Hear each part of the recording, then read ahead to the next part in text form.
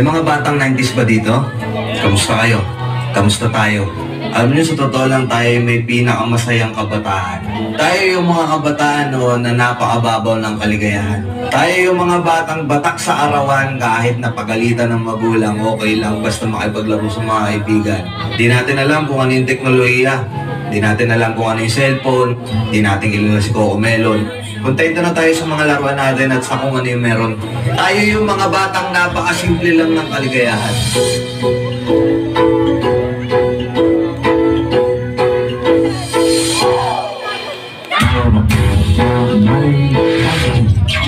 Bakit ganon? Kaya gusto ang isipan. Sasayang o abay hanggang sa simulaw. Tuklasin natin ang indasya. Kinabukasan ng pag-ibang siguradong makakamtan. Sabi ko, Nay, paglaki ko, gusto ko po maging guro. Ang Hilayang Manawaring ay sinaunang katagang Tagalog na nagtataglay ng retorikal na kahulugan na reach your dreams, abutin mo ang iyong pangarap. Abutin ang tayong tanungan. Gusto kong sisiri ang lalim ng dagat. Gusto kong akyatin ang tuktok ng bundok. Tuklasin ang hiwaga sa puso ko'y bumabalot. Nay, malapit na ako sa pangarap ko.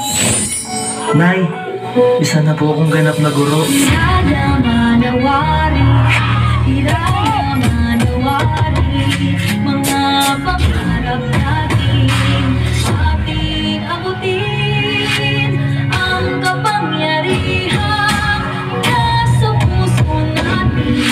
Hiraya manawari, ating abutin.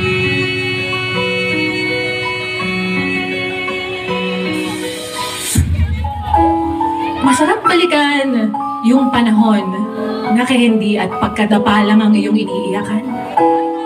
Na ngayon, ang dami ng dahilan na minsan parang gusto mong sumuko na lang. Naaalala mo pa ba kung ilang beses ka pinagbawalan at pinagalitan ni Mama? O kaya naman ay naglagay ng makapal na karton sa puwet para hindi maramdaman ang palo ni Papa. Siguro kaya pinapalo tayo noon dahil mas masakit pala ang hamon ng buhay ngayon.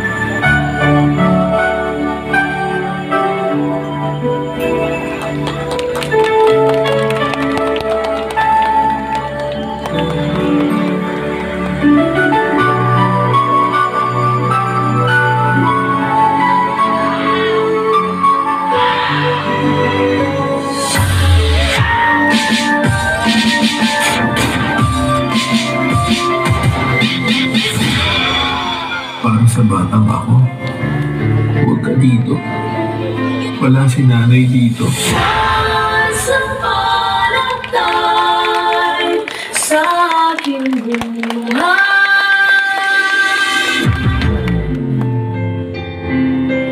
Nay, kahit wala ka na, lagi kang nasa puso ko. Mahal na mahal kita.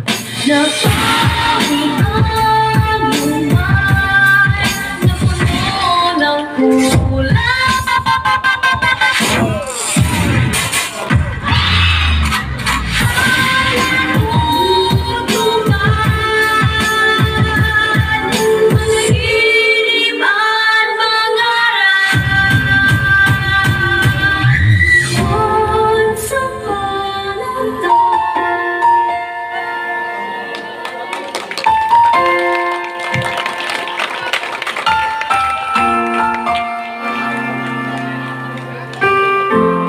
Anak, isa kang malaking pagpapalang ipinagkaloob ng Diyos sa amin ng Papa mo.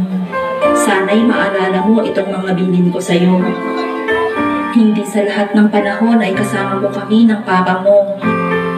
Darating ang panahon at kaming dalawa ay tatanda at babalik na sa ating Panginoon. Tandaan mo anak na ikaw ang pinakamagandang nangyari sa aking buhay. Mahal na mahal kita at hindi yun magbabago kahit kailan.